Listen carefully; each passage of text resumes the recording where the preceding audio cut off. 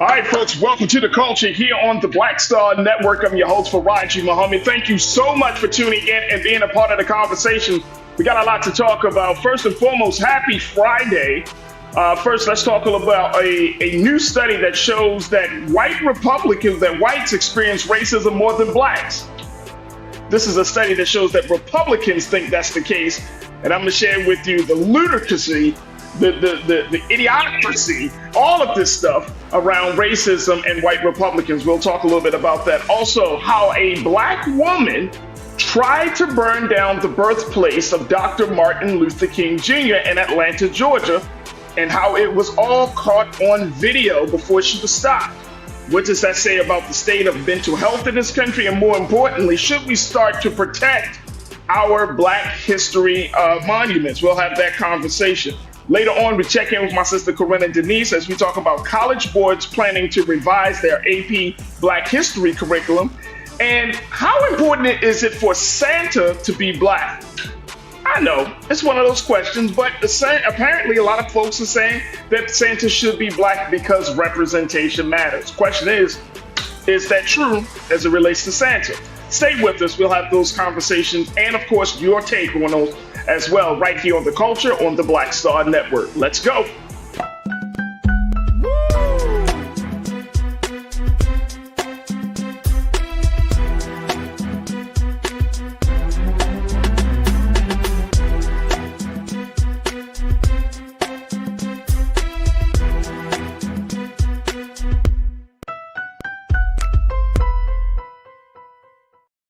All right, folks, welcome to The Culture here on the Black Star Network. I'm your host, Farajii Muhammad. I appreciate you for checking in and joining me this afternoon. And guess what, folks?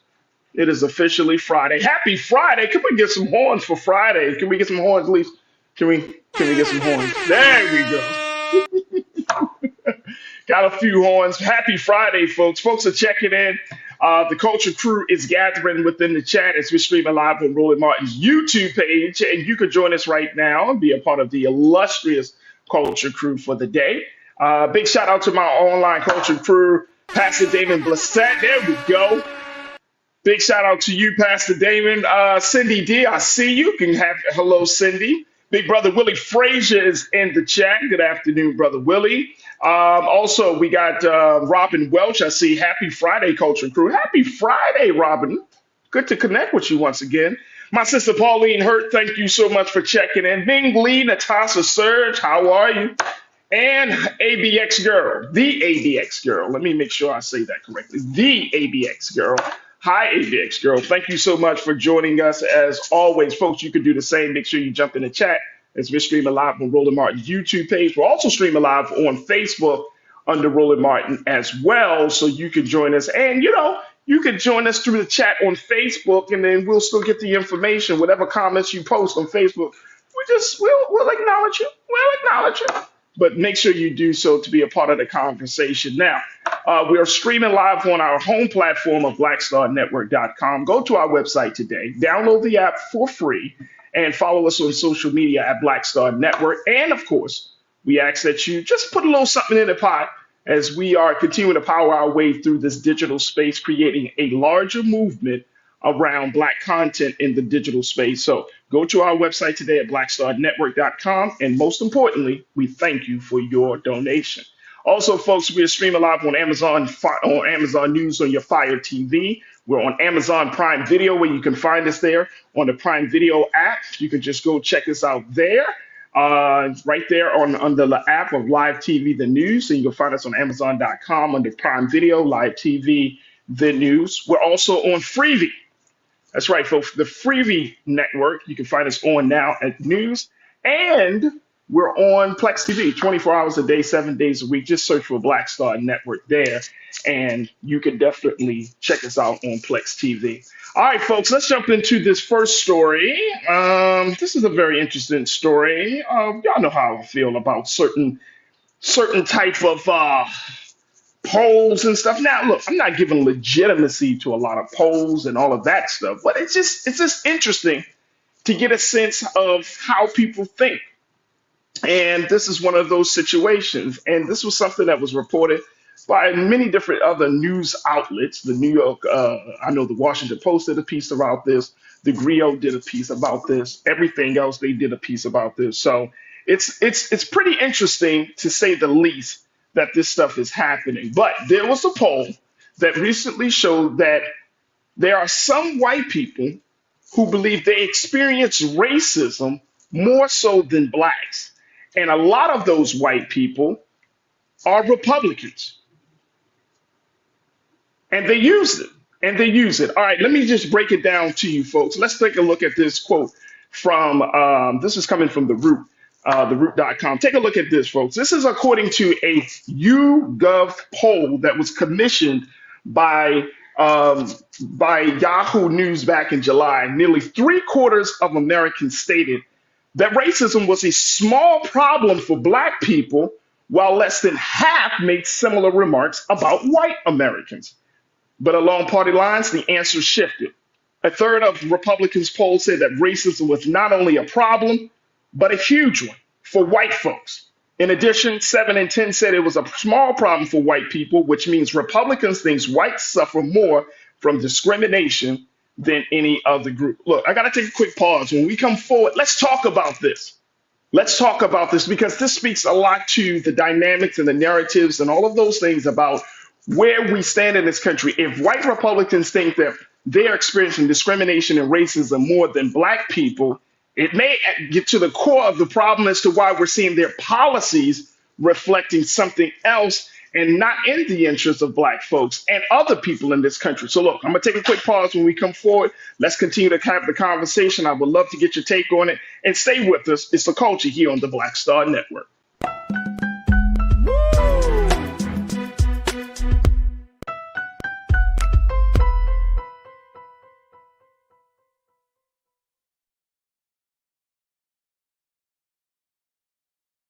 Pull up a chair, take your seat. The Black Tape with me, Dr. Greg Carr, here on the Black Star Network. Every week, we'll take a deeper dive into the world we're living in. Join the conversation only on the Black Star Network.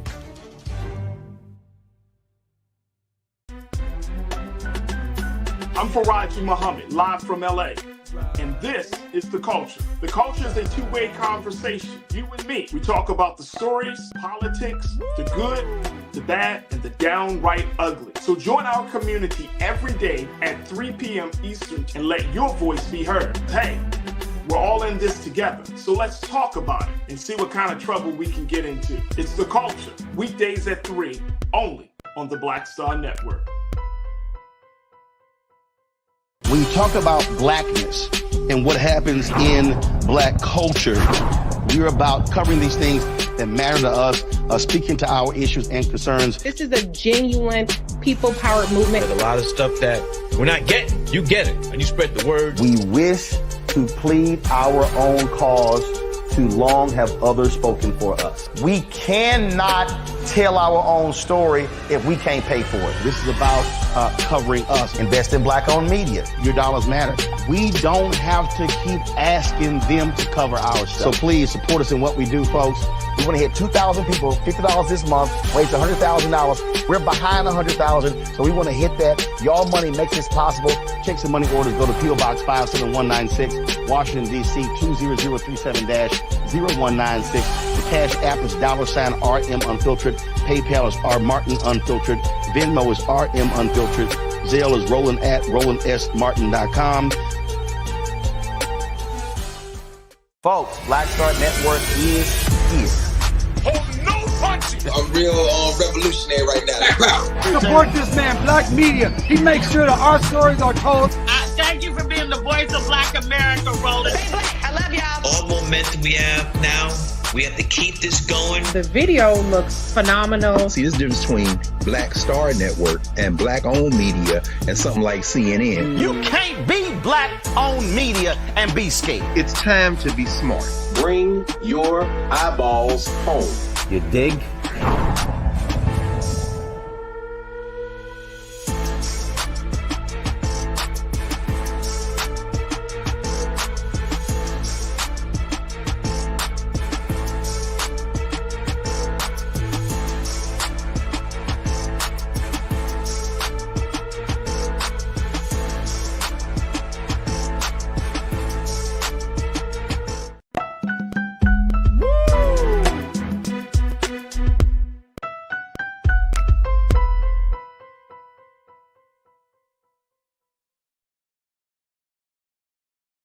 All right, folks, welcome back to the culture here on the Black Star Network. I'm your host, Farajii Muhammad. Thank you so much for tuning in and being a part of the conversation.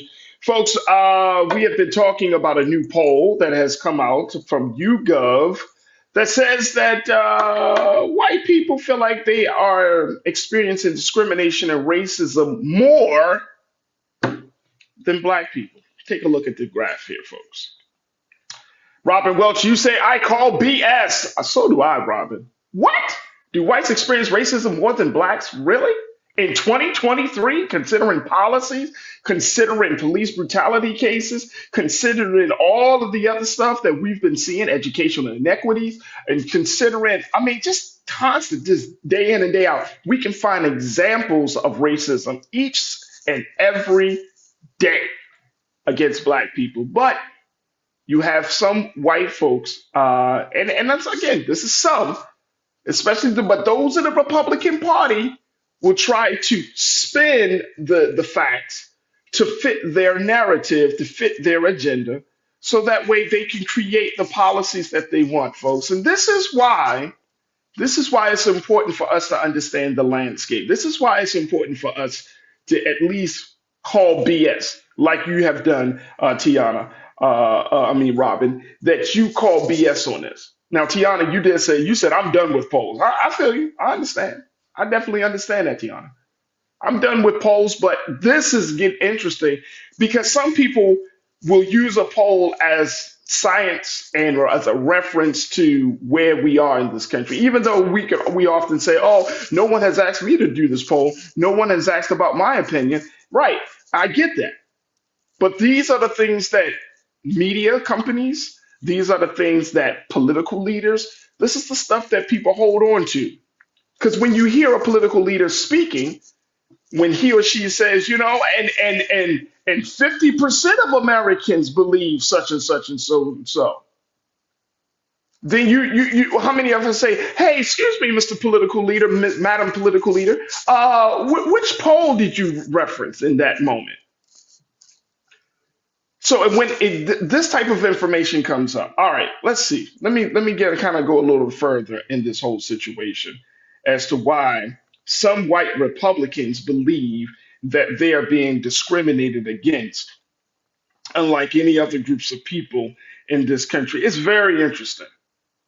It's very, very interesting. So I shared with you that that the polls 7 and 10 said it was a small problem for white people, which means Republicans think whites suffer more from discrimination than any other group. Now, last year, YouGov conducted similar research in conjunction with The Economist.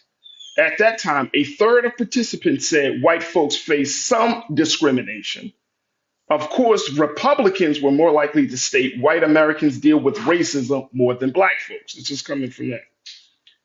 When they did that poll last year, when it asked Americans about their experiencing discrimination, they found that, quote, at least half of American Indian, Alaska Native, Black, and Hispanic adults, and about 4 in 10 Asian adults say they have experienced at least one type of discrimination in daily life at least a few times in the past year. In addition, the survey found that white people were less likely than any other member of racial group to say that they've experienced negative responses from other people. Only 6% believe race was the reason for the negative interaction, compared to 4 in 10 black folks who believe the bad treatment was partly because of race. It's something, because what we have seen, and even in former President Donald Trump's retelling of the narrative, as if white Americans are being victimized. And this is a ongoing trope that the Republicans have been putting out, that some election deniers have been putting out. A lot of people, a lot of folks, especially on the right, folks, have been putting out saying, oh, no, we're suffering in America. We're the ones to not get the opportunities. What are you talking about? Over 400 plus years, black people have been in a condition of either chattel slavery and even coming out of chattel slavery into Jim Crow, into systemic slavery and oppression. What are you talking about?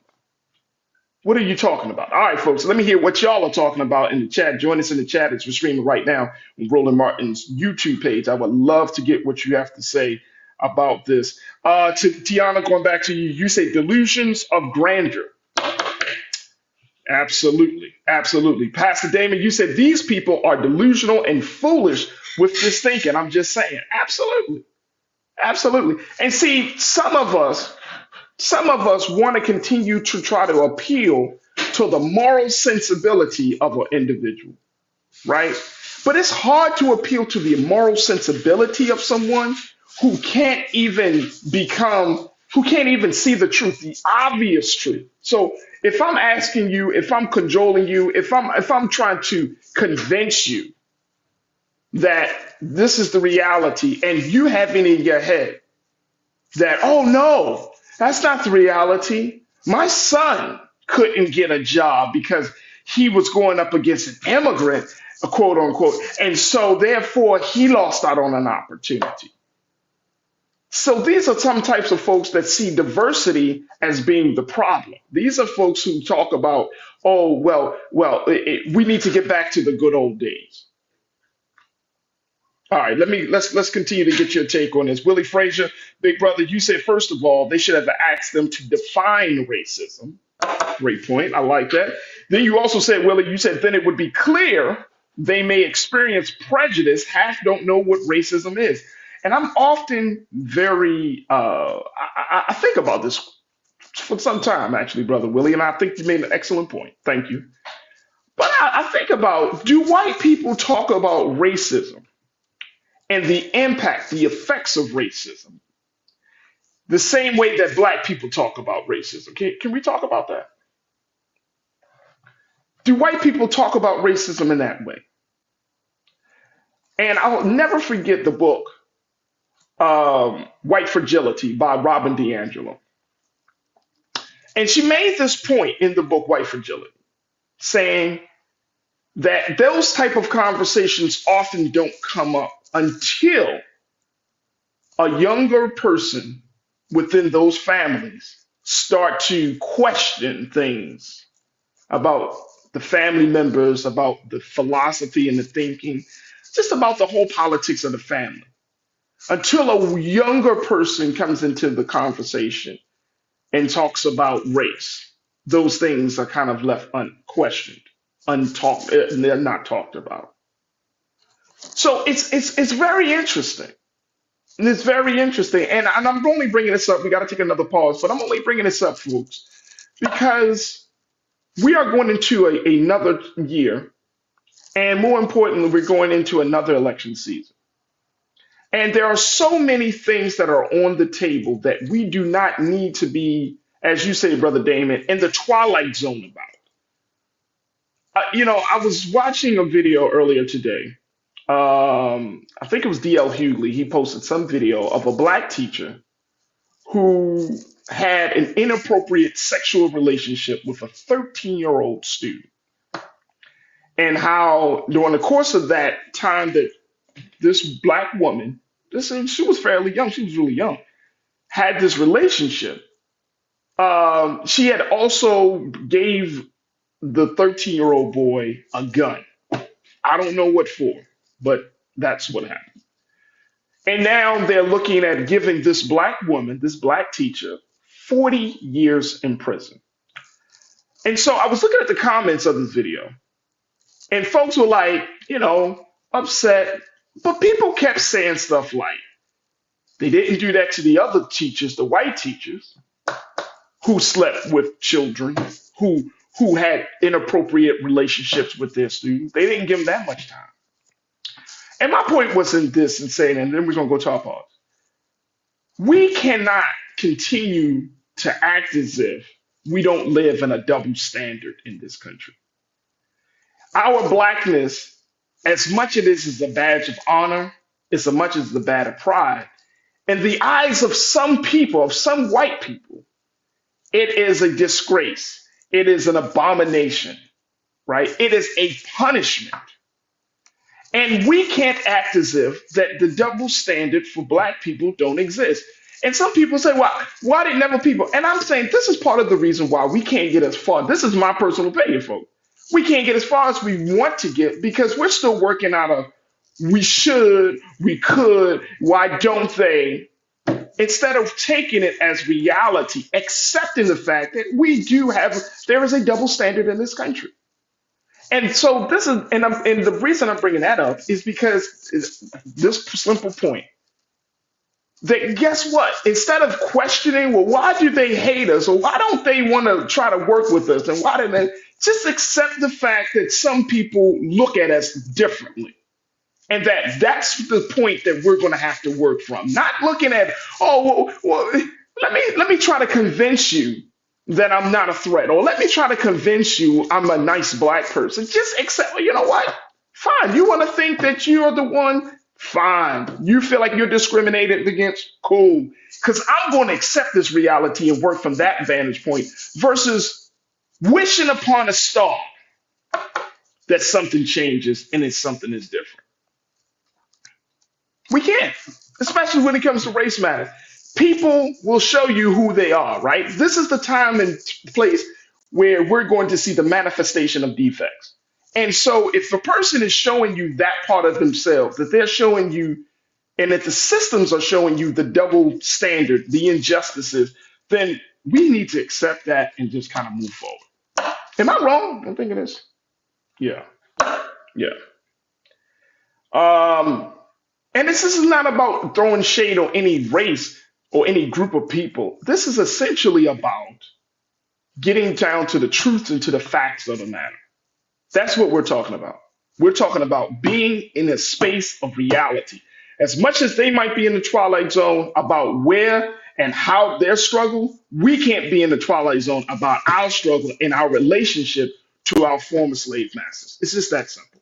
It's just that simple. Look, I got to take a quick pause. When I come forward, let's continue the conversation on the other side, folks. I want to get your take on another thing that has gotten the internet talking, especially black social media, as a black woman has tried to burn down the birthplace of one of our great beloved leaders, Dr. Martin Luther King Jr. in Atlanta, and was caught on video. What are we doing wrong? What is going on, folks? We're going to have that conversation up next. Stay with me. It's The Culture here on the Black Star Network.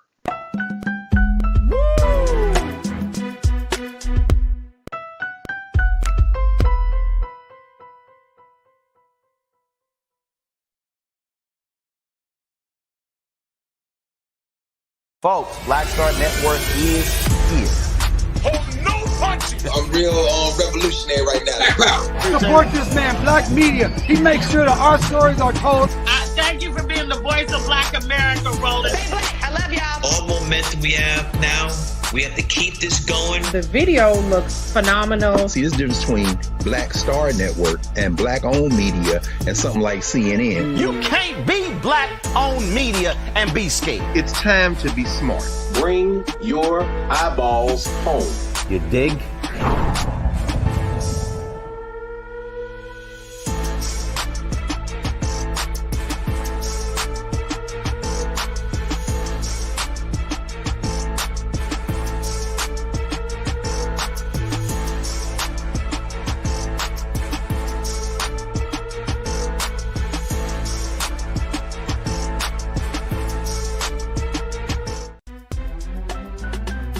I'm Farajii Muhammad, live from LA. And this is The Culture. The Culture is a two-way conversation. You and me. We talk about the stories, politics, the good, the bad, and the downright ugly. So join our community every day at 3 p.m. Eastern and let your voice be heard. Hey, we're all in this together. So let's talk about it and see what kind of trouble we can get into. It's The Culture, weekdays at 3, only on the Black Star Network. When you talk about blackness and what happens in black culture, we're about covering these things that matter to us, speaking to our issues and concerns. This is a genuine people-powered movement. There's a lot of stuff that we're not getting. You get it, and you spread the word. We wish to plead our own cause too long have others spoken for us. We cannot tell our own story if we can't pay for it. This is about covering us. Invest in black-owned media. Your dollars matter. We don't have to keep asking them to cover our stuff. So please support us in what we do, folks. We want to hit 2,000 people, $50 this month, raise $100,000. We're behind 100,000, so we want to hit that. Y'all money makes this possible. Check some money orders. Go to P.O. Box 57196, Washington, D.C. 20037-0196. The Cash App is $RM Unfiltered. PayPal is R Martin Unfiltered. Venmo is RM Unfiltered. Zelle is roland@rolandsmartin.com.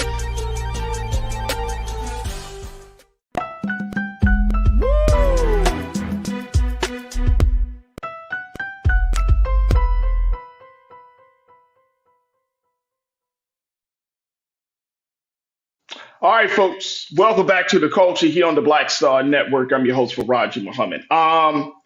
This story that y'all probably have been seeing on the internet, on social media, it's very disturbing. Very, very disturbing. At first, I thought, one thing about the story, now more details are emerging. There was a woman who was arrested for pouring gasoline trying to burn down Dr. Martin Luther King's birth home down in Atlanta. I had the great honor and privilege to visit his birth home. At the time, we couldn't even walk in. It was just so many people. His home, his birth church that he grew up in wasn't too far from where he lived. And if you go to Atlanta, especially if you're in Atlanta, if y'all know that if you walk down, and I don't know the exact name of the street, so crew, talk to me if y'all know the street name of where his birth home is. But it's like a row of homes, like a block of homes that is connected to him and I think it's some family members, and it's just kind of kept it intact.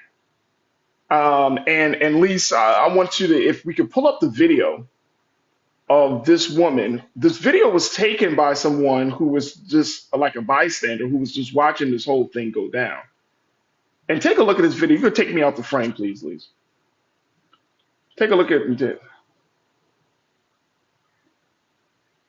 I'm not sure if this is a woman who is in need of mental help or not. Mental health help. I'm not sure if that's the case with her. But let me share with you a little bit of details because yesterday she was just arrested.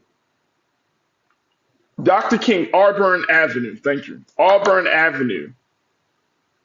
The police were called to Auburn Avenue near the King Center just after 5:45 p.m. When they arrived, they found two off-duty NYPD officers who had been visiting the King Center, had a suspect detained until they arrived. Police said they have arrested 26-year-old Lanisha Chantrice Henderson. There she is. Let's just keep this up here, folks. Charged her with criminal attempt arson and criminal attempt interference with government property. The police say two tourists from Utah who were in the area saw Henderson pouring gasoline on the home and they interrupted her. According to the Atlanta Police Chief Darren Schombaum, he said that action saved an important part of American history tonight. The video from a witness showed, as we're going to show this video again, of course, all black, pouring gasoline on the windows and in the bushes. And according to the Atlanta Fire Department Battalion Chief Jerry DeBerry, he said had the witnesses not intervened, the house could have been burned to the ground in moments. Wow. Wow. Wow. All right. Let me get to you, crew. Get your take on this. And this is really unfortunate. This is beyond unfortunate.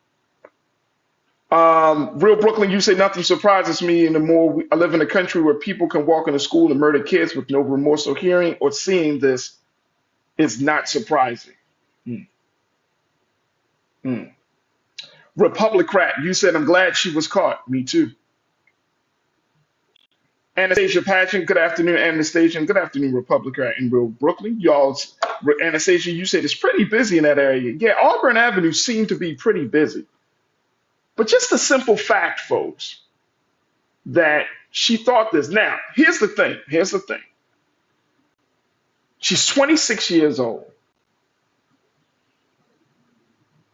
If I'm looking at the body language, and of course I'm not no body language expert, I don't know if she's talking to herself, if she suffers from some sort of mental health condition. How do we handle that? How do we make sure that even though she did this act, and thank God that it didn't go through all the way, because that would have been a great tragedy in and of itself. But does she need to be in jail? Or should something else be done to help this woman? Cindy, you said she's probably been burnt by society, so to speak. Probably. 26 years old, you know. When I first heard about this story, I thought this was like an older person. But to think of it as a 26-year-old, I'm like, I don't know. When you hear young people do certain things, man, it just makes you feel like, is this really about them wanting to be malicious, vicious, and everything, or is there something else underneath all of this? I'm trying to process this, crew. So just take a walk with me through this process. Like, here we have a black woman looking to burn down. I don't even know if she had matches or anything like that. And if the fire chief said that this place could have burned down in minutes, that just goes to show you, like, if you go to the birthplace of King's Home, like, it's intact. They kept pretty much everything intact. And Brother Damon, I'm sure you can attest to this. The whole structure of the house. I don't know if they like renovated the structure because they didn't want to like mess up anything, because it is government property. It is a national archive. So I don't know what type of protection on that structure they have put in place, whether it's internal or external protection. But there's just so much in this. And it begs us to have the question, should we start to put certain things like some sort of security measures for certain landmarks of our history? Should we start to do that? Robin Welch, my sister, you said, I think there's some serious brokenness going on with her. Yeah, I agree. I think that's the case. That's what I'm getting to as well, Robin, that there's some serious brokenness with this woman, this young woman. And I keep thinking young because it's like, I think she might not have been in the mindset to really understand, like, you're doing this to Dr. King's birthplace. It could have probably been any other house. It could have been any other house. But I do know that once you get to around that area of Auburn Avenue, like, there are signs and stuff, and maybe she just really wasn't in her right mind.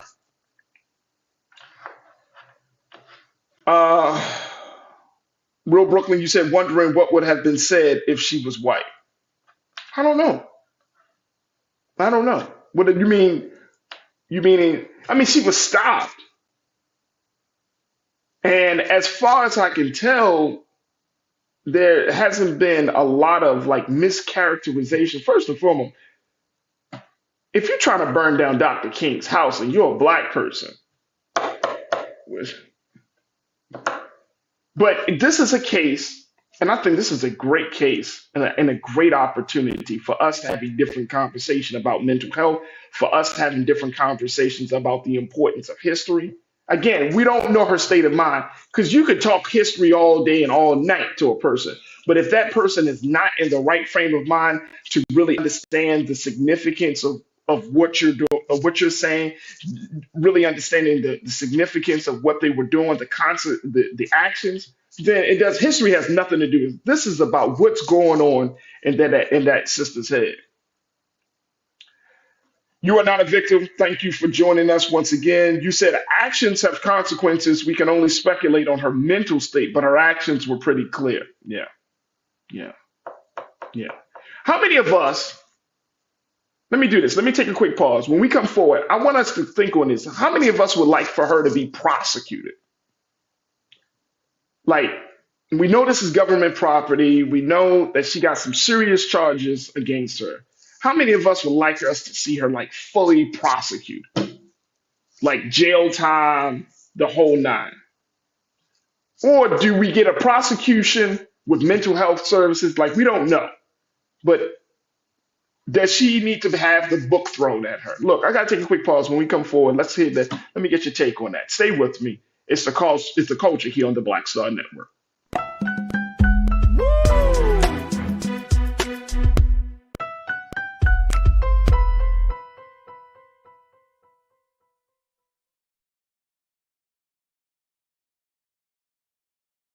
When you talk about blackness and what happens in black culture, we're about covering these things that matter to us, speaking to our issues and concerns. This is a genuine people-powered movement. There's a lot of stuff that we're not getting. You get it, and you spread the word. We wish to plead our own cause.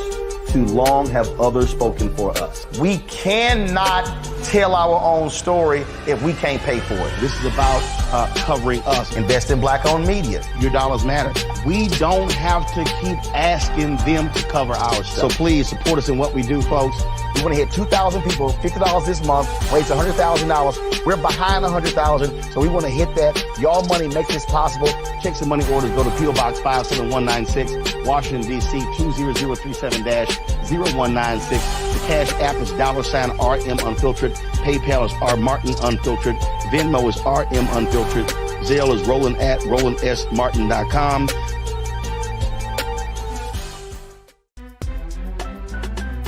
I'm Farajii Muhammad, live from LA.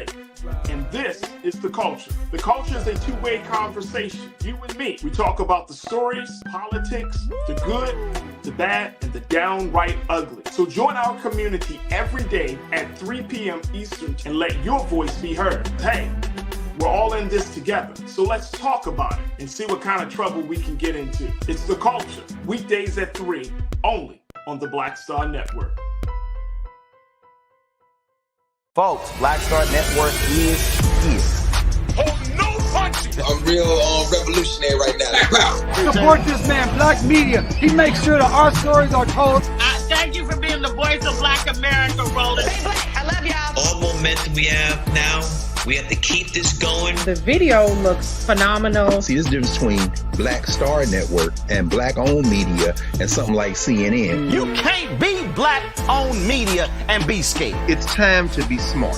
Bring your eyeballs home. You dig?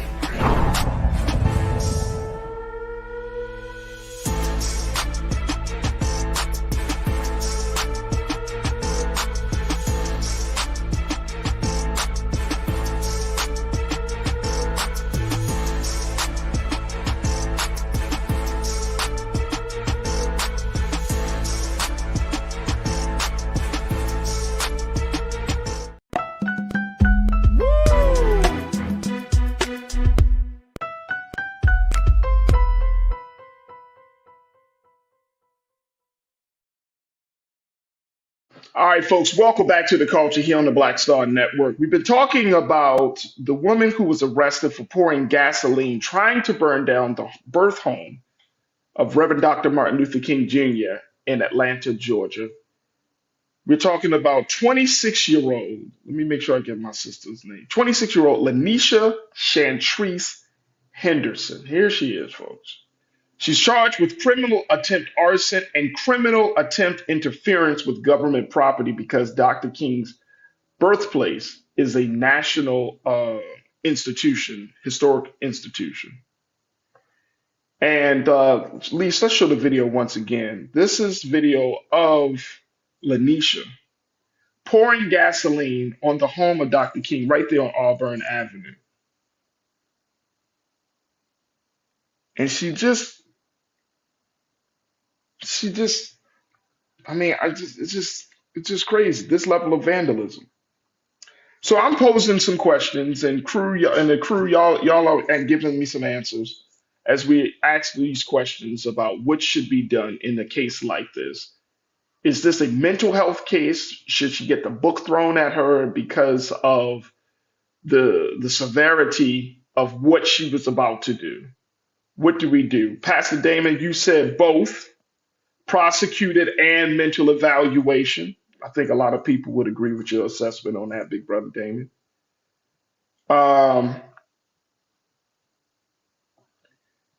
Davey, you said Davey Floater, and Davey, thank you for joining us once again. You said attempted arson against a historical site. She need education more than incarceration because prison time won't teach her anything, won't teach her nothing. Yeah, I'm putting not to say she shouldn't suffer the consequences of that because this is a historical space, right? People come to visit it. Now you got to actually like clean up. Of course, you want to get a professional cleaner to clean up the gasoline and to make sure that it's spotless because any flame can just create a situation. So you really got to do some very particular cleaning in a situation like this. But many of I'm focusing more on, and I'm just processing this. I'm focusing more on like this sister may need some real mental help. She may not. She did drugs. It could be a lot of things. There was a break from reality, right? I mean, she's only 26 years old. What does she have against Dr. King at 26 years old? Tiana, you said, nah, she intentionally did it. She needs time out in a cell. I don't think she shouldn't get a cell time, but do I want the book thrown at this 26-year-old? That's a hard one. I'm going to be honest with you, Tiana. I don't know. I don't know. It's hard. It's trying to figure it out. Like you're teaching the next generation to have respect for the history, respect for our national institutions, historical monuments, and all of those things. But then at the same time, and I think this is why I think this is a great opportunity for us to kind of process all of this, because you want them to know these things. You want them to understand that your actions can carry some serious consequences. So you don't want to move away from that fact. But I don't know. Again, I would have to figure out, we would have to know if she's in her right frame of mind. You are not a victim. You said she is a potential danger to herself and others. She definitely needs to get off the streets. I agree. Definitely agree with that. Michelle B., you said, thank you for joining us, Michelle. You said the attempted arson makes me think she's more ignorant than this educated, strange crime to commit towards a black civil rights leader, especially as a young black woman. Let me tell you something. Y'all know it and I know it. Nobody's talked about more in black history, in modern day black history, like Dr. King. So, and I don't know if she's from Atlanta. Most likely, I'm saying she didn't travel across the country or travel from someplace to start doing this. So most likely she's probably from Atlanta. So you mean to tell me that you hate Dr. King that much that you want to burn his house down? This doesn't sit right with me, Michelle. You know what I mean? Republican, you say she's just a baby. Now, Ming Lee, Natasha, you said let's not defend this atrocity. It is. And let me tell y'all something. If this thing, and we can only speak to speculation at this moment, but if this thing could have gone forward, suppose she would have just lit that match. Y'all hear me? Suppose she would have lit the match. She probably would have hurt her or even killed herself in the process,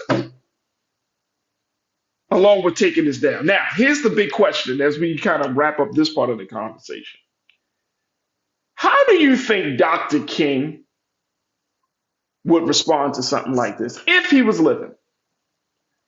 I'm trying to think, and I was thinking about this during the break, folks. I asked myself, what would Dr. King say in a moment like this?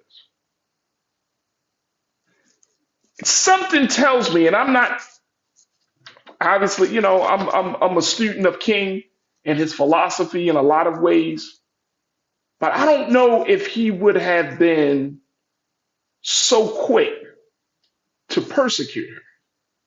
I don't know. I don't think that would have been his energy, his spirit. I feel like he would have said that the brick and mortar doesn't take precedence over the heart and flesh. You know what I'm saying? He would have said in his own special and extraordinary way to talk about that the real house is the body, is the mind, is the spirit, is the soul of the human being, and not the brick and mortar. I hope y'all hear me. You know what I'm saying? I'm trying to think like what would Dr. King say in a moment like this. Sean Ryan, my guy, thank you for checking in once again. You said it really comes down to what her intentions were and why she did it. Absolutely. Absolutely. Will we get that answer from her, Sean? Maybe, maybe not. Is she in the right frame of mind? And I'm saying the mental state to give us a clear and direct answer to that?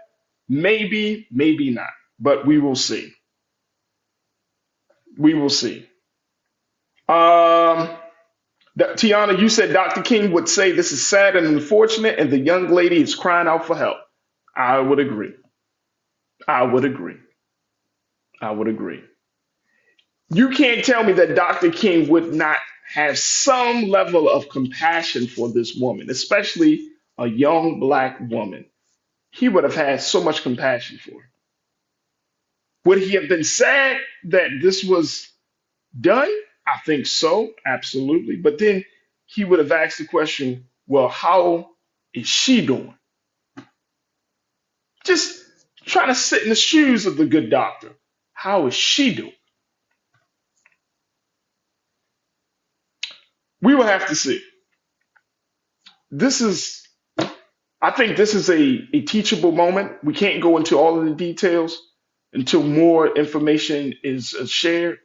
But when we talk about mental health cases, when we talk about the importance of preserving history, when we talk about how the current state of things, if we find that she was a person that was just like completely frustrated because of the current state of things, I think that this speaks volumes. So, we will have to see, but it's quite disturbing that we're in this place right now in this country where a situation like this can occur.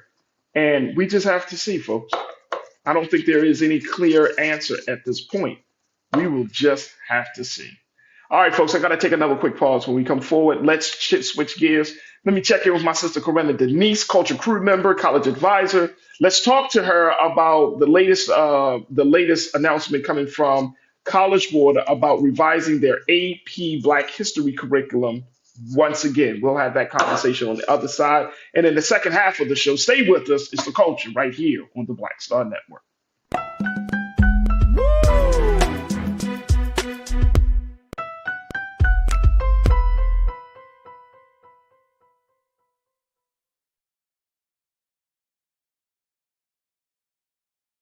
When you talk about blackness and what happens in Black culture, we're about covering these things that matter to us, speaking to our issues and concerns. This is a genuine people-powered movement. There's a lot of stuff that we're not getting. You get it, and you spread the word. We wish to plead our own cause.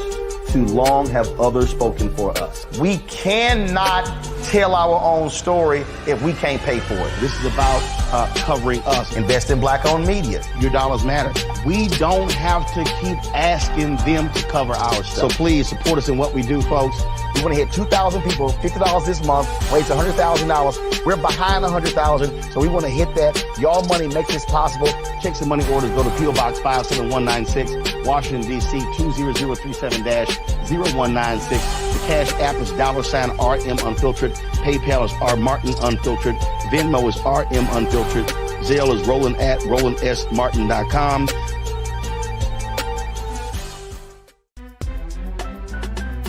I'm Farajii Muhammad, live from LA.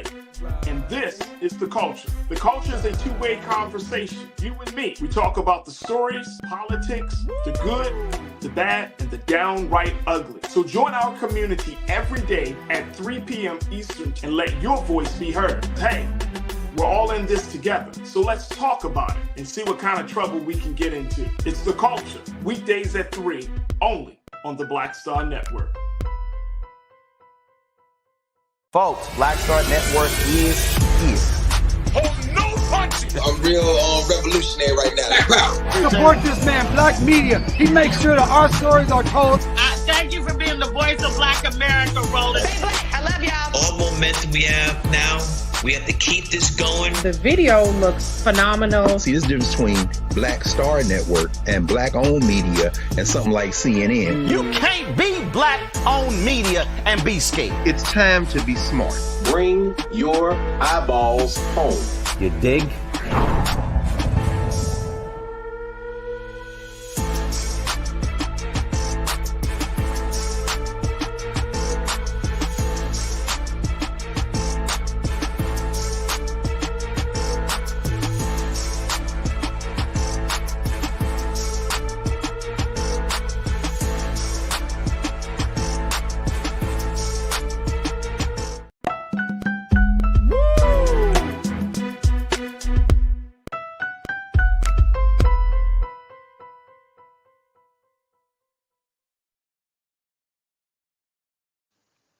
All right, folks, welcome back to The Culture here on the Black Star Network. Let me do this, and then I want to bring you up to speed on something that my team just informed me during the break. First and foremost, I'm joined by my sister, one of our great contributors here on the Black Star Network on The Culture, my sister, Corinna Denise, our great culture crew member, who is a college advisor, and she's doing some political work and activism as well. So welcome, first and foremost. Welcome, Corinna. Good afternoon. Happy Friday. Happy Friday. I'm sorry. I'm still in this spirit of trying to. I'm sorry. I'm still in the mental space of this situation with this young sister in Atlanta. Yeah. Trying to do this very quickly.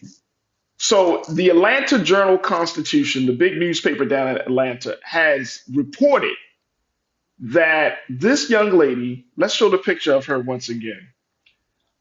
This is 26-year-old Lanisha Chantrice Henderson. This is the young lady that was found pouring gasoline on the house, the birthplace of Dr. King, a couple of days ago. She has been arrested, but now the Atlanta Journal-Constitution reported, Corinna, that she is a veteran, a United States Navy veteran who earned medals for good conduct, among other accolades, during her 4 years of service.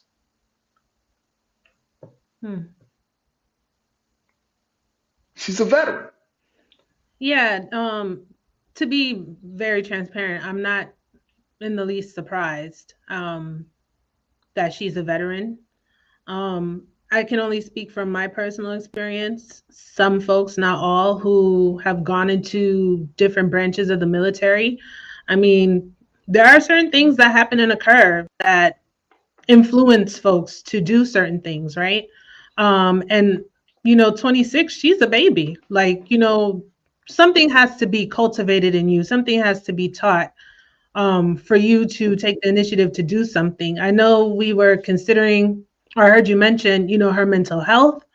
But aside from that, yeah, it's unfortunate. And just because you're a veteran or you've served the country doesn't necessarily mean that you wouldn't try to destroy it. I mean, we kind of saw that on J6, right? A lot of what people would probably call prominent people, because they served our country per se in different branches of the military, Army, Navy, Air Force, and they breached the Capitol.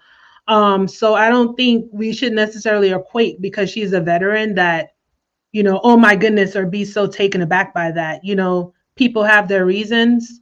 It's just so unfortunate that it's our people burning down our legacy, right? Our artifacts, our heirlooms. And why? Because our people perish for lack of knowledge.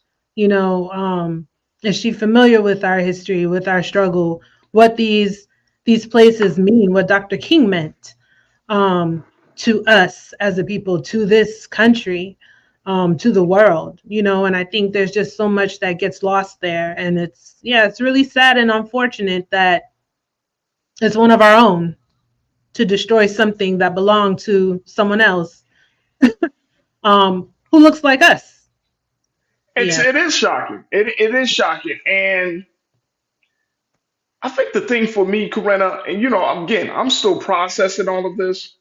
Um, I think the thing for me is that we often see veterans, and I'm coming across more and more stories of veterans who went to serve wherever they served, and they're coming back home damaged. Yeah. They're coming back home damaged, right? And I think that's the thing. Like, you made this point. You just made the point. Like, people believe that since you fought to preserve the country, that you wouldn't come back to try to quote unquote destroy the country. But it depends upon your experience in that military. Mm-hmm. You see what I'm saying? What you experienced when you were in some foreign country, like wherever you were, that it changes you, and that's what that's what I'm trying to boil down Definitely to. changes. It changes you on a fundamental level. Now, some of our people come back and they are able to reinsert themselves back into civilian life and thrive. But then you have another veteran, you have others who come back into this space, and because of PTSD and other mental health issues, because And of add to physical, that how poorly they're treated when they do return. Like, right, have you ever been down to the VA, like the hospitals and Oh stuff? yeah, They are yeah. atrocious, deplorable, the way that veterans are treated in this country. I personally think if you go and fight and battle in war, you should come back and just live your best life. You shouldn't have to be looking for work. But oftentimes, you'll see they're the ones, on the corner with the cardboard sign like "homeless, please help," and it's disgusting, it's deplorable. So I think there's a mix of reasons. But yeah, with our sis, I don't know. I don't. It kind of, I struggle with the fact that it seems like of late the first go to is, oh, the mental health, the mental health, the mental health, and I'm not trying to diminish that, and I'm not just speaking to this young lady, but there are some people, unfortunately, Faraji, who just have had hate cultivated in them, right? They no longer have a heart. They got an ice box. It's just instilled in them. When you come into the world, right, you're innocent. Children are innocent. Babies are innocent.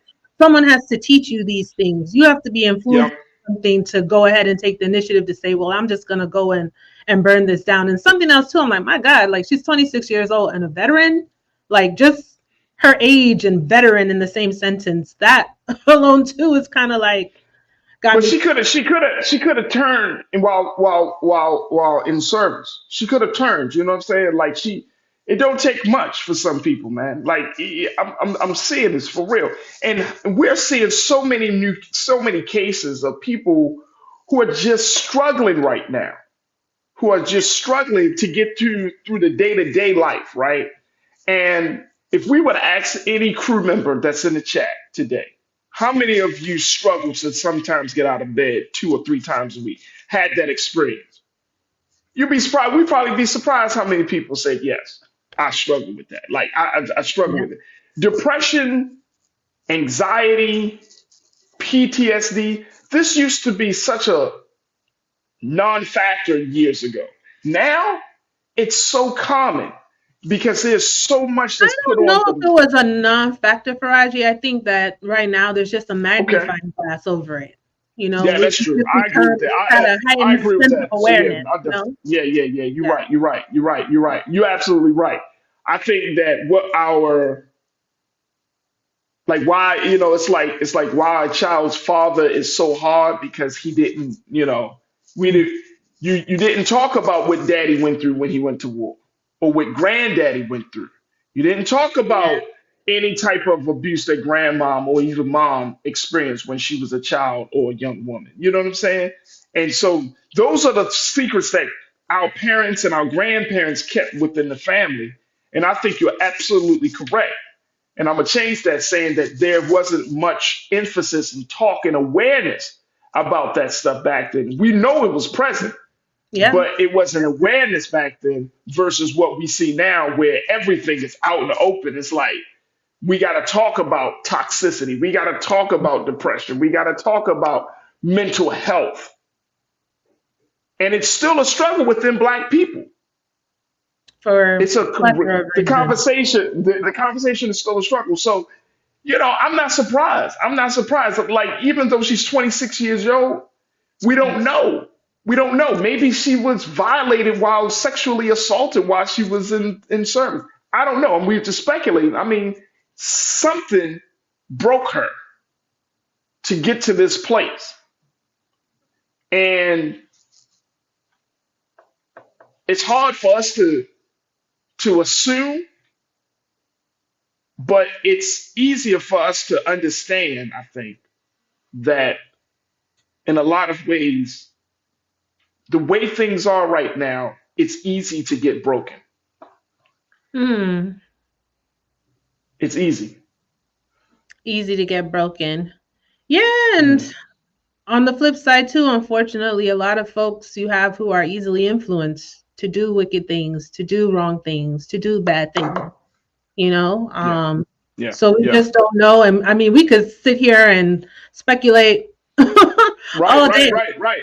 And it wouldn't change anything. It's just that, we're going to see more of this. I'm sure there are other things happening that don't necessarily get the media attention, as far as things or places being desecrated. And yeah, it's unfortunate. And it seems like we're just at a crux now.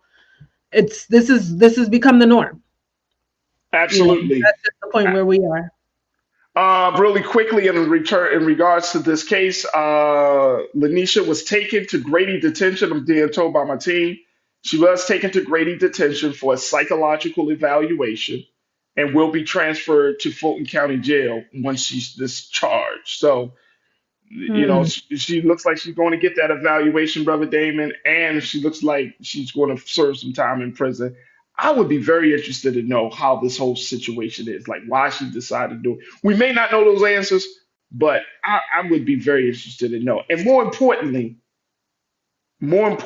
I think this is a great time for us to have some more conversations about mental health and in the Black community. So, and one more thing too, Farajii. Yeah, this might sound extreme, but you know what? I won't be surprised if the folks who are against us will leverage this to their advantage, right? I mean, and see, and look. To say, look, because you know how they love to talk about Dr. King. Correct.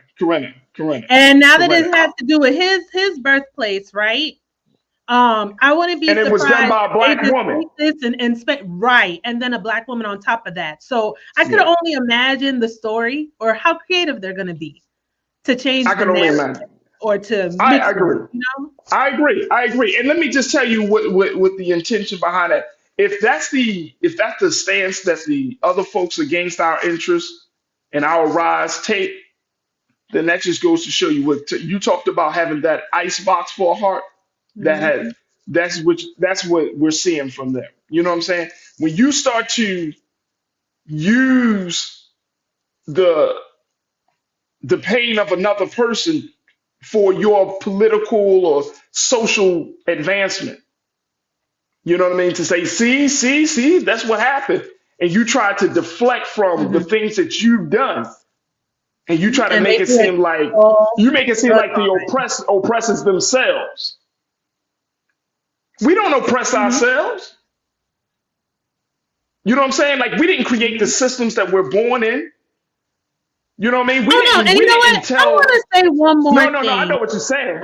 Yeah, go ahead. I want to say one more thing considering what you opened the show up with today. I didn't get to be in that conversation, but I just want to add, since we're kind of bringing up all these things, you know what? We're racist. There's no way. Because guess what? We did not invent the shit. And that's all I want to say. I just had to get that out. You just got to get it out. It's Friday. We didn't even create these systems or these constructs. No, that's what I'm saying. Okay. Listen, Coretta, you talking to me. You talking to the crew. We know we didn't invent this shit. Okay, we didn't invent this. We were born into it, like Tupac said. I was raised in this world. I didn't make it. That's what we're doing. But that's what I'm saying. Like people's view right now, and I gotta take a pause. But people's mindset right now is to try to distort and twist history, twist the Yes. fact in favor of their agenda. And I'm saying there's something satanic about that, especially when you're talking about Oh, yes. a person's pain and oppression. You know what I'm saying? You try to act like you didn't do it. You know what I'm saying? And it gets to this point where it's like you can't even state the obvious.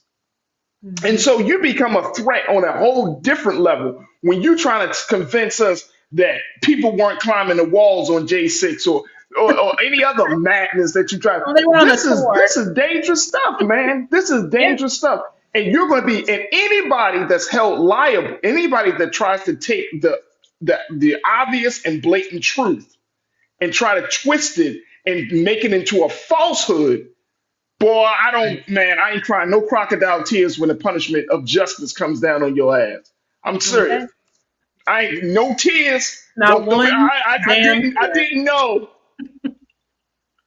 Now you're moving into a different realm of reality. All right, look, I gotta take a quick pause. When we come back, let's talk about some stuff related to school and how the College Board is once again revising their AP Black History curriculum. Stay with us. It's The Culture here on the Black Star Network.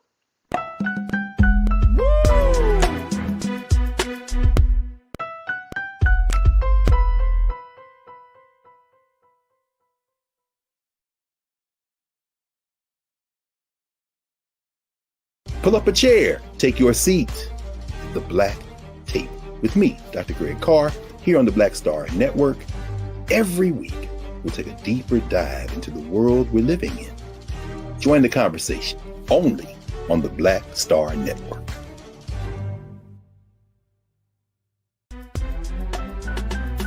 I'm Farajii Muhammad, live from LA. And this is The Culture. The Culture is a two-way conversation. You and me. We talk about the stories, politics, the good, the bad, and the downright ugly. So join our community every day at 3 p.m. Eastern and let your voice be heard. Hey, we're all in this together. So let's talk about it and see what kind of trouble we can get into. It's The Culture. Weekdays at 3, only on the Black Star Network.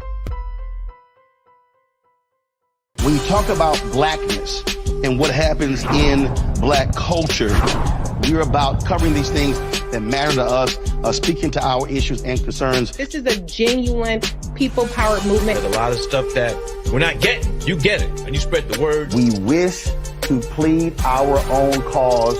Too long have others spoken for us. We cannot tell our own story if we can't pay for it. This is about covering us. Invest in black-owned media. Your dollars matter. We don't have to keep asking them to cover our stuff. So please support us in what we do, folks. We want to hit 2,000 people, $50 this month, raise $100,000. We're behind 100,000, so we want to hit that. Y'all money makes this possible. Check some money orders. Go to P.O. Box 57196, Washington, D.C. 20037-0196. The Cash App is $RM Unfiltered. PayPal is R Martin Unfiltered. Venmo is RM Unfiltered. Zelle is Roland at RolandSMartin.com. Folks, Black Star Network is here. Oh, no punching. I'm real revolutionary right now.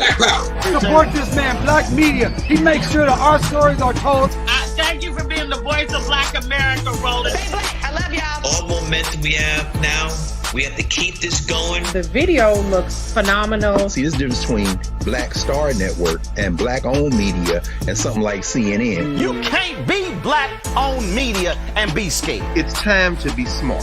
Bring your eyeballs home. You dig?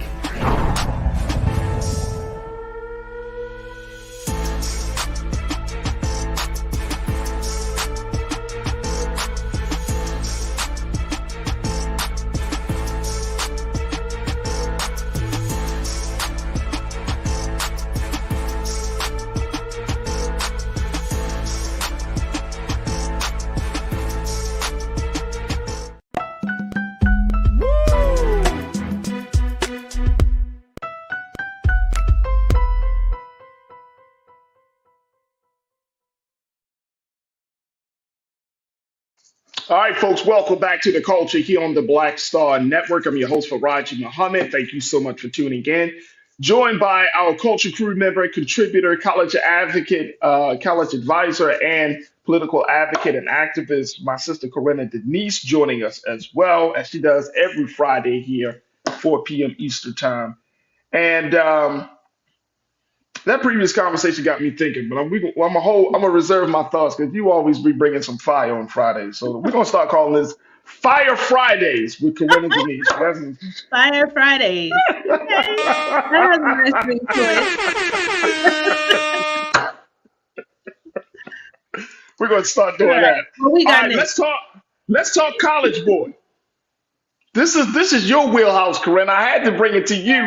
Let's talk College Boy. Let's talk about the fact that College Boy on Wednesday decided to revise their curriculum, update their framework for a new advanced placement African American studies course. Mm-hmm. Now, what does that actually mean? We know that months ago, they kind of bowed down to conservative critics. They were like, oh, you talking too black. You can't talk about enough history. Blah, blah, blah. Mm-hmm. Well, now they have announced that their revision includes more materials and topics, including the Tulsa Race Massacre, Black culture's influence on film and sports, and discriminatory practices related to housing, known as redlining. Mm-hmm. The new framework will be used when the course officially launches next academic year. So they're going to add a little bit more meat to that. What does that say for you? You are a college advisor. What does that? How does that speak to you, Corinna? Well, hold on. They said they're going to add a little bit more meat, but hold on. I have some notes.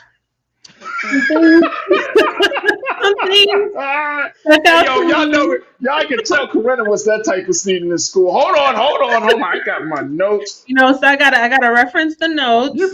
So, you probably was advising. You were advising to teachers when you were in school, weren't you? Like, wait a minute, hold on, Miss Smith. I have it written down. Yeah, like, wait, now what now? Okay, let's go to the source. Let's go to the text. So something that really stuck out to me in the article that you shared earlier this afternoon, talking about the course framework, so yeah, they added some things like legacy, by provocative poet and activist Amira Baraka, as he's described in the article, as an optional resource. So some of these things that they've added, Farajii, are optional, meaning that it'll be at the teacher's discretion whether or not they're going to implement it into the lessons.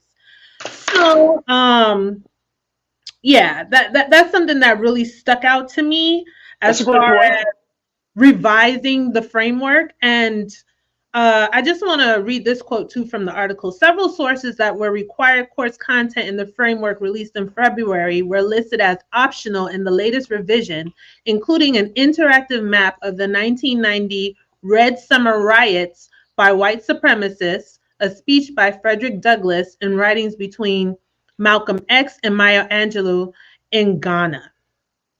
College Board in April had said it would revise the course after the Florida controversy, promising unflinching encounter with the facts. Yeah. So we know they watered down the course. So now they're adding in some of these things, but it's optional. So it seems like they're trying to come to a happy medium where like we're adding a little bit more meat on the bones, but you don't have to necessarily dip it into the barbecue sauce, if that makes sense. You know what I mean? Like, okay then.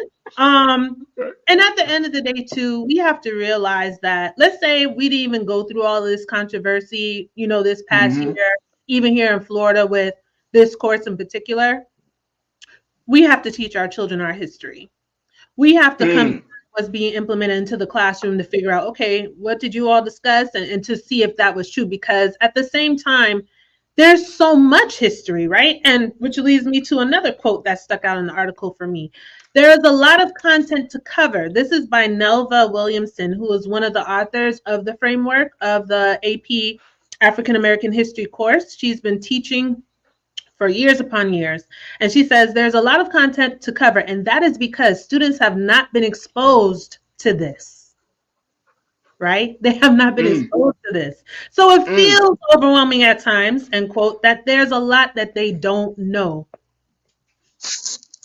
Okay. So here's my question. By being optional, it sounds like there's still not a mandate. It's still not like you have to do this. It's right, like it's not a mandate. Like they're adding little things, but basically too, like when you have a lesson plan, right? And anyone who's taught would know this, like, you know, especially if you're following certain curriculum, they will have other things that maybe you can actually implement into your lesson where you can decide, right? So you have like the foundational aspect of that lesson. You want to definitely teach that. And then they'll say, okay, here are some other things that you may or may not choose to implement. So that's my takeaway with this revised curriculum for this course, that they added a few more things, but it will be entitled as optional. Teachers will make the choice, right? So it sounds to me like that kind of takes off some of the, for lack of a better word right now, responsibility from the board, where the teacher has the choice. And then if the teacher chooses, but what happens if you choose to teach these things, right? You know, is there going to be a consequence? Well, that's going to depend on where you're located. You know, because the course is still in pilot right now. It's actually going to be available next year, but then schools have to decide, are they actually going to teach the course, right? Because aside from all of this controversy, Farajii, you know, I said before on the show, like not every school even offers AP courses. So when students are applying to college, usually that college is going to ask for the high school's profile, right? The profile usually shows what students can actually take at that particular school, if they have honors, if they have AP, right? So that they can make a decision, okay, this is the student's best attempt at what was offered to them. Yeah, so I mean, they revised it, okay, you know, but I think my feelings will remain the very same as an educator. You know, either way, we have to circle back to see what's actually being in that taught in that classroom and what's in the curriculum, right? And then in addition to that, are the teachers actually teaching to the curriculum? You know, I bet that there are going to be some teachers who will add their own sauce, right? Add a little bit more to that lesson, in addition to what's being provided to them. So yeah, it's optional. So it's sad. Look, I got to take a quick pause, but it sounds like this is still a lot of smoke and mirrors. Yeah. Like on the outside, you might be like, "Oh man, they came to the light. Oh man, they're gonna do all this stuff." It's a come to Jesus moment for College Board, and then you read the devil is in the details. Mm-hmm. So if you need, you know, a source, find some of your teacher friends. Then they're gonna tell you like, yeah, they added a little something there, but it's still optional. So it has yet to be seen how this will play out. It'll be interesting next year to get a count to see what schools will actually take the initiative to invite AP African American Studies into their classrooms. So. Well, let me do this. Let's take a quick pause. When we come forward, let's have more conversation about this and get some remarks from our online culture crew, the illustrious crew. Also, we getting some word about some breaking news in regards to the U.S., how they have officially vetoed a UN ceasefire resolution in the Israel-Hamas war. Boy, oh boy, this is going to be crazy. So we'll take a quick pause. We'll come back to you folks. And of course, we want you to stay tuned. It's The Culture right here on the Black Star Network.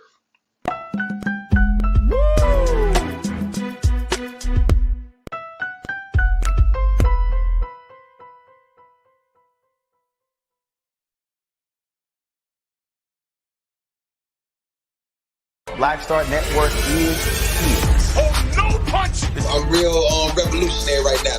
Thank you for being the voice of Black America. All momentum we have now, we have to keep this going. The video looks phenomenal. See, this difference between Black Star Network and black-owned media and something like CNN. You can't be black-owned media and be scared. It's time to be smart. Bring your eyeballs home. You dig?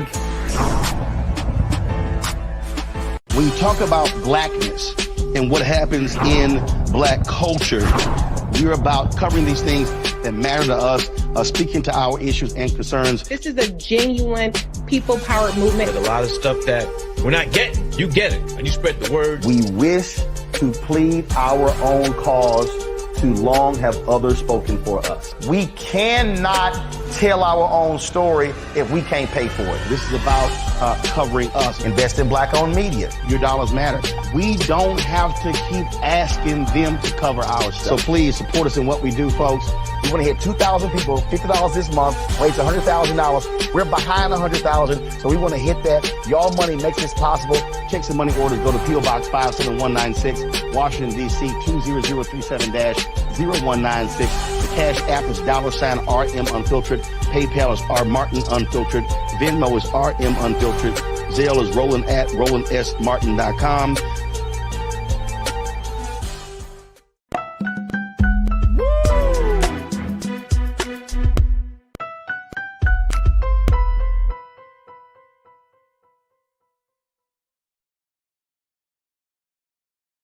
All right, folks, welcome back to the culture here on the Black Star Network, joined by my sister, culture crew member, contributor, Corinna Denise, as we talk about how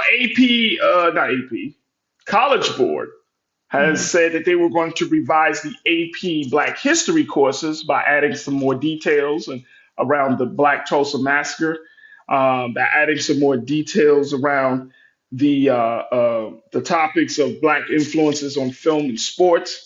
But Corinna here said, look, the fine print, we got to read the fine print where all of this stuff is added, but it's still left optional for teachers to actually teach it. Corinna, what do we do with this? I mean, what are we doing? What is this about? Like, do we have, like, why is this so hard to teach our history to students? Black, white, Asian, Latino. Why is that such a problem? Because knowledge is power. Because knowledge is power. And imagine, we wouldn't be going through half the shit we're going through right now if all of us had that knowledge already. Because we're in a state right now where there's so much to learn and so much to unlearn. We've been so bogged down with all of the lies and disinformation and ignorance, right? Just not knowing. And imagine if we knew all of our history, right? This is why there's such a fight and a pushback against it, because knowledge is power, right? We wouldn't have conversations on here about why voting is so important. Or, you know, what's happening to democracy. It just, and I don't see how we would even be having those conversations if we knew our history and we understood it. But to the teacher's point in the article, it can seem overwhelming at times because there's just so much that they don't even know. So much that I'm sure a lot of us have learned in our adult lives. You know, I've learned things in the past year that I'm like, what the hell? Why didn't I learn that when I was like in elementary school, middle school? Like, what? Imagine if we had all of that information, right? Knowledge is power. Yeah. That's it. That is why there's so much of a pushback, because if we all have the power, right, and then add to that the numbers game plus the power, defeated. That's it. I hear you. I hear you. Let me go to Debbie Muhammad, my dear sister, and peace and blessings, Sister Debbie. And thank you for joining us. You said, Sister Debbie, we cannot expect the government that oppresses us to teach how they did it. If we want our children to know, if we want our children to know about our history, then we as parents need to teach our own children. That's right. I agree. I hear you. I definitely hear you. Sister Debbie, you also posted something else. You said, why do we need people in the government to speak for us about Black history when we can do it ourselves? Now, the only pushback I would say on that, and I understand the sentiment, the only pushback is that everybody needs to know Black history. It should be mandated because we were so instrumental in building this country that people have amnesia. They lose sight of the fact that, wait, whoa. We talk about the founders of the great documents of the Constitution, the Bill of Rights, and all of those great we call them the founding documents, the founding fathers. But who did they stand on when they were finding all of those documents, when they were coming up with the language, when they were trying to decide what is going to be the model of governance? Who were they standing on? It was Black people. Who did they decide not to consider in those documents, but had to have in building the physical world and the physical reality? Black people. And we have to recognize too that it's not just our people who were neglected or misinformed, right? It's also these white students who were, a lot of them today, this younger generation, when you see like who I would call like these babies, 20-something-year-olds, look at, for example, Madison Cawthorn, right? A young man, but with the vision and the objectives that he had, that had to be cultivated in him, right? His great grandparents probably, own some of our family members, so something has to be instilled in you. So, and why you're not learning the true history. They probably genuinely think that we're lazy, all the stereotypes and things about us. So to your point, Farajii, yes, it's very important that everyone needs to know Black history because it is American history, particularly in this country. We were in this country. There wouldn't be a damn country without the blood and We were the sweat of our ancestors. Let's keep it real, Coretta.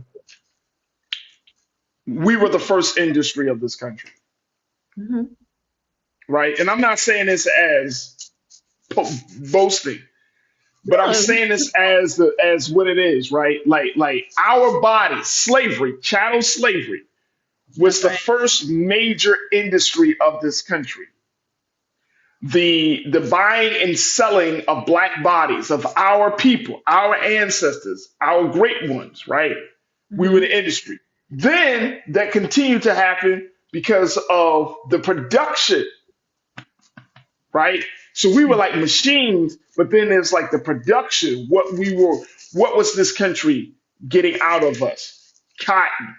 That was the number one commodity of America, right?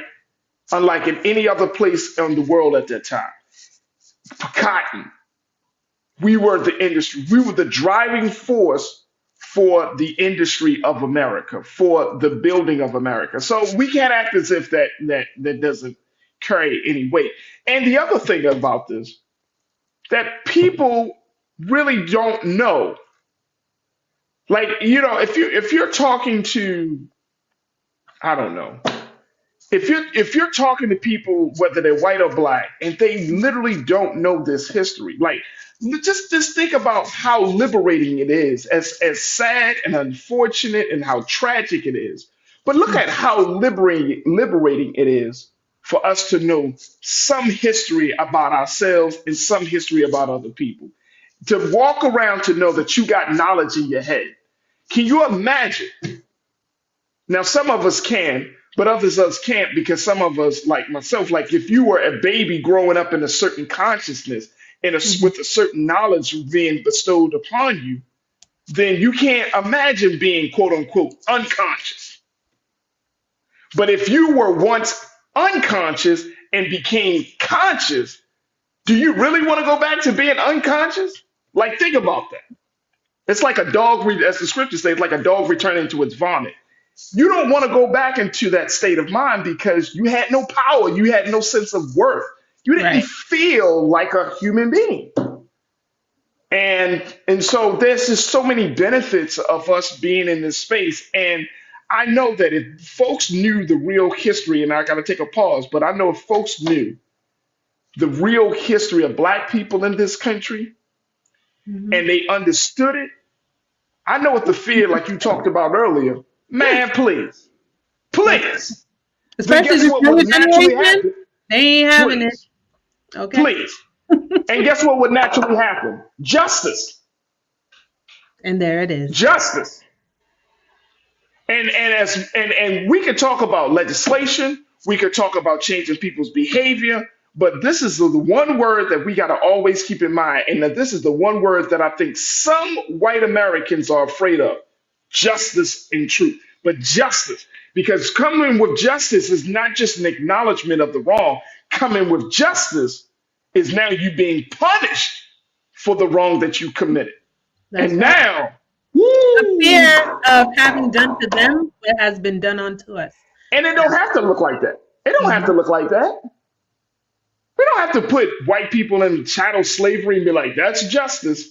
No, but That's they know not their justice. needs, so they are fearful. You know. Of course. Of course. We don't have to take it there though. We don't have to take it there. No, we The don't. real And I don't even think that's the what real our justice the real justice is breaking you out of the superiority thinking and breaking us out of the inferiority thinking. That's the real justice. Mhm. That's the real justice. I got to take a quick pause. When we come back, let's continue the conversation on the other side. Stay with us. It's the culture here on the Black Star Network.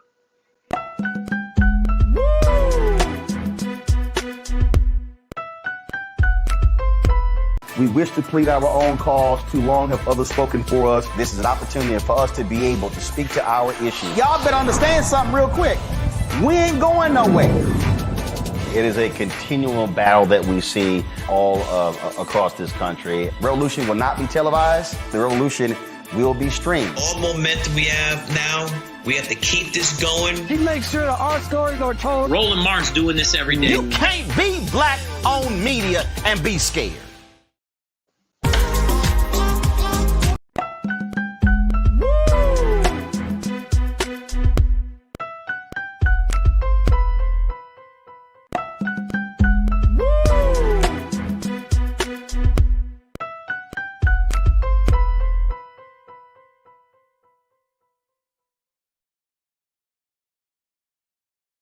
All right, folks, welcome back to the culture here on the Black Star Network, joined by my sister Corinna Denise, culture crew member, college advocate, and activist.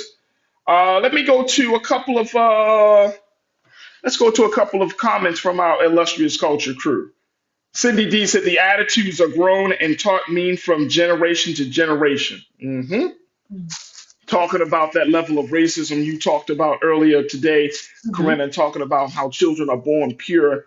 It's the attitude, something that's placed in us. Lana, our sister, you said, I refuse to go back to being a slave. A man that lets his mind be controlled might as well be a slave. I'd rather be a slave for truth. I'd rather be a slave for truth. You know what I'm saying, Corinna? Like, You know, that made me think about just now. If you saw the reboot of Roots, I think back in 2015, when yeah. Kinte is telling his daughter Kizzy, you know, they might put the chains on your body, but never let them put the chains on your mind. Yeah. That's a great point. That's a great point. That's an excellent point. Sister Debbie, you said before integration, most white folks knew about our history, but after integration, they had to change the curriculum so that there wouldn't be any uprising like the blacks in Haiti. Trust me and believe. Yeah, they were really scared that there was going to be one back in 2020. They were terrified. Like we seriously gave them some relief, being that, you know, we let up on the gas a little bit, you know, a whole lot on some things collectively, right? That mass protest all around the world, they were terrified. And they know 2043 is coming and we're growing in numbers. They're shrinking in numbers. And that's why there's this concerted effort to maintain white minority rule and to diminish history and to take away history, because again, knowledge is power. And if we are all familiar with our history, do you remember when all of those white kids were like on social media cussing out their parents? Like, right. About all the stuff that was going on and battling with them about, you know, what was happening, particularly with the protests and George Floyd. You know, there are a lot of younger kids in this generation who they're knowledgeable, they're well aware and can, you know, easily identify the BS, and they're not having it, and they're rising up in numbers. And again, you know, that's too much for the opposition. Like, wait, hold up, y'all. Despite the fact we're trying to take things away, you're still in power. You still read. You still what? Yeah. So they have to do everything they can to what they think is their benefit to limit us in a sense. So no matter how much happens with a course, we still have to, you know, parents, we have to take the initiative to make sure we're following behind to see what our kids are learning in school. You know, I hope that's the takeaway too that we get from this, that we're paying attention, we're checking homework, we're looking at the curriculum, right? Because some of us are checked out. What are our kids learning, you know? And hopefully this has everyone's attention now to be doing that and making sure that things are in order. You know, it shouldn't have to take something of this magnitude for that to happen. But since it has happened, let's use it to our advantage to be like, okay, you know what? We got a little bit of a reality check. We need to be following up behind every single detail of my child's education. Absolutely, absolutely. And here's the one thing that I put, just as a result of our conversation today, Corinna. I put this thing down, this idea down. I was like, you know what? I'm gonna post this after the show today. But I just put it down. There's a price to pay to keep people from the truth today. Mm. There's a price to pay, man. Like, and I think that, and that's in anything. That's across the board. Whether you talk about in education or politics or whatever. But there's a price to pay. When you want to keep people in darkness, like you're knowingly and intentionally trying to keep people in a state of darkness, then I'm really, really questioning who's your master. Since we talking about being a slave, I'm really questioning who's your master, right? Because if you want to keep people, and and a lot of this stuff that we've been talking about, this is stuff that we can't do nothing about at this point. This is literally history. This is stuff that has already happened, right? So you mean to tell me you're so afraid that you have to keep people in the darkness about something that happened 100 years ago? So that just goes to show you what type of individual you really are, right? But it's not about time, Farajii. A lot of things that happened 100 years ago, we still see today. It's just manifested as maybe something differently. It presents itself a little bit differently. You know, we're not walking through entrances that necessarily say white or colored, but we still have oppressive systems at play. You know, yes, we've come a long way in a lot of things, but we're still not entirely free. Absolutely. Of being back in slavery just without the change this time. So we got to pay attention to that. You know, there's always a reason why there's a takeaway. It's always going to be to the advantage, right? The benefit of the person trying to do the very thing. And that's where we have to smarten up and recognize that. Why are they trying to limit this? Why are they trying to take this away? And instead of us walking away from the battle, we got to be ready to go to war and be like, hell nah. Okay, let me look more into the thing that you're trying to limit. Why is that? Why are you making such an effort? Why are you so dedicated? You know? Absolutely. You know what they're also putting out, Farajii, while they're trying to limit our curriculum? They also got that Project 2025 out. That's like about 900 pages or so of just pure wickedness that we need to, you know, that we need to be looking into. And, you know, it's such a vast test, you know, who has time to read all of that? But just the gist of it, you know, they're scheming. Hey, look, I want to, and look, as we talk about the past history just on this day, I want us to kind of just speak to it because I know we got a couple of moments left.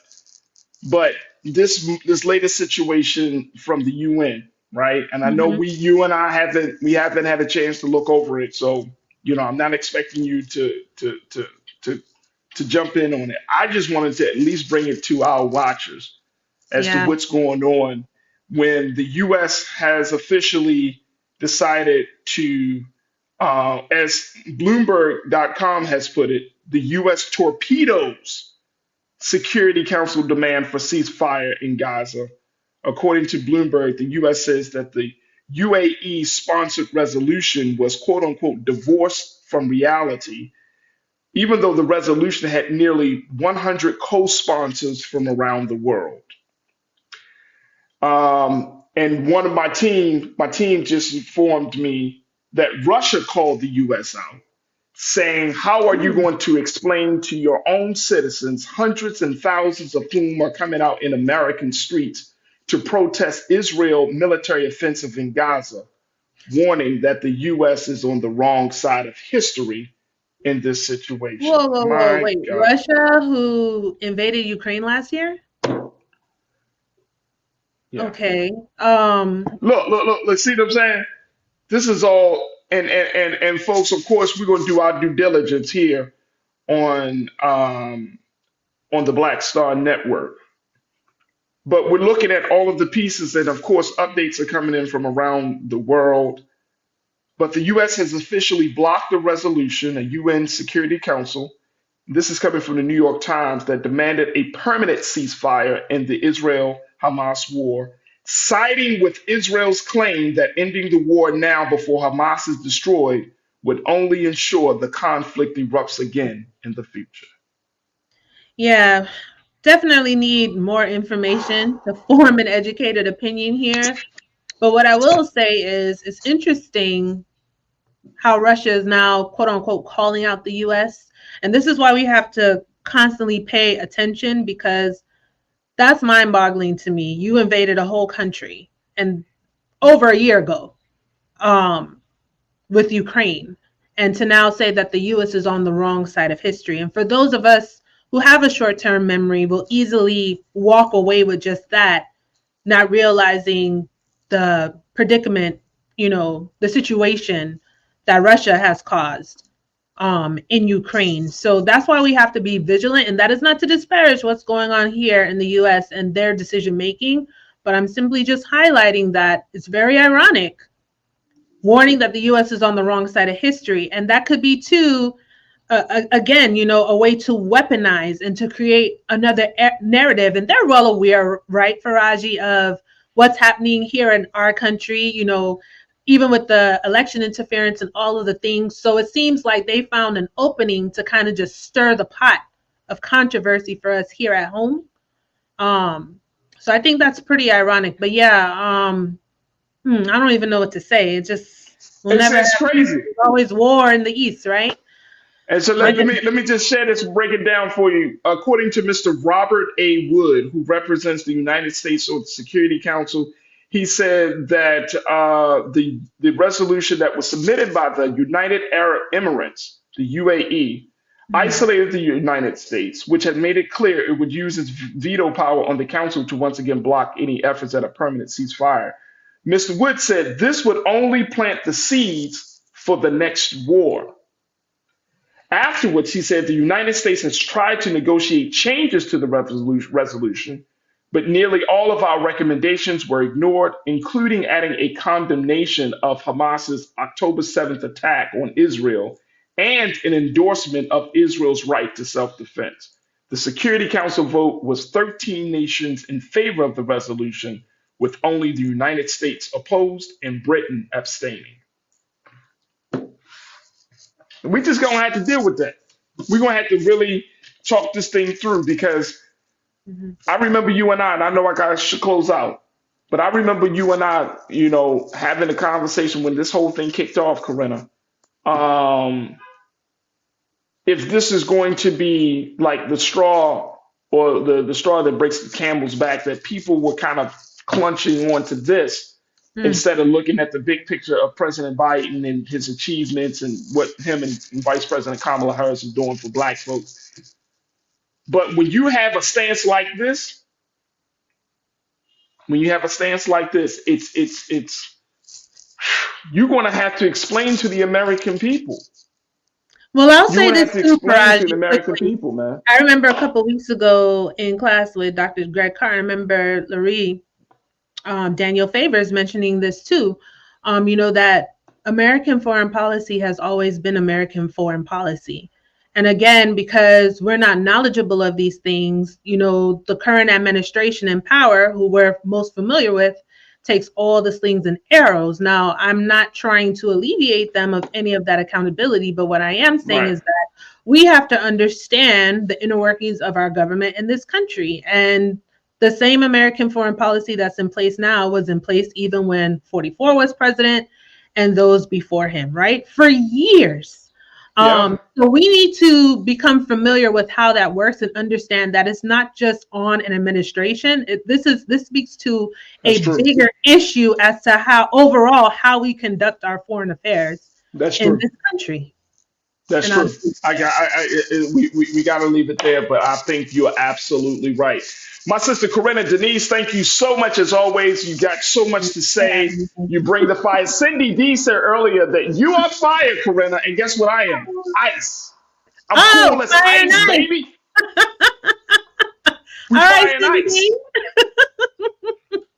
No, because I bring the heat. You know what I'm saying? Yeah, that's right. And I had to calm you down, cool you down, because you be ready to. My sister Corinna Denise, check her out. Follow her on social media platforms at RenRen84. RenRen84. She's always out and about in the world in the streets doing something crazy. No, she's actually doing some. She be doing some great things, y'all. Always taking us on her journey of life. So make sure y'all follow her. But Corinna, thank you so much for your insight and your expertise, and most importantly, thank you for being so good for the culture.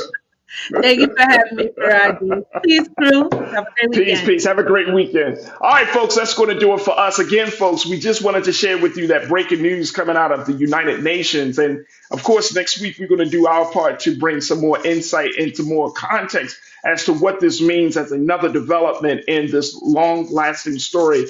And during the course of this conflict between Israel and Hamas, how the U.S. has officially vetoed the UAE, the United Arab Emirates resolution for a permanent ceasefire. The United States said, nope, we don't agree with that. And so the conflict will rage on, folks. So we'll certainly talk more about this, God willing, next week. But I thank you for following us, being with us for a phenomenal week. We've had some great conversations. I'm feeling good about the place that we are at in terms of being able to share and explore and just talk about some of these big stories and ideas. So I appreciate each and every one of you, my online culture crew, for being here with me, being so loyal, being so energetic, and most importantly, being so willing to listen and to learn and to share. As I'm listening and learning to share with you, you sharing with me, and that's how we're going to change this culture. So thank you so much for tuning in. Stay tuned. Up next is Roland Martin Unfiltered, RMU, 6 p.m. Eastern Time. Big shout out to my production team, Maddie, Lise King Keenan, Joe Shannon, and Chris. Thank you so much for making the show happen today. Make sure y'all go to our website today at blackstarnetwork.com. Download the app for free. Follow us on social media. And of course, please drop something in the pot for the financial donation so we can continue to give you unadulterated, unfiltered, unapologetic Black content and news and information like never before. So go to our website today at blackstarnetwork.com and also follow me, yours truly, the real Farajii, on Instagram, Farajii on Twitter, and Farajii Muhammad on Facebook. So come on and connect with me so we can continue to share and let's continue to build the culture crew. All right, as always, never be afraid to challenge what's wrong, stand for what's right while being yourself in the process. God willing, we will talk on Monday for another exciting edition of The Culture right here on the Black Star Network. Have a great weekend. Peace.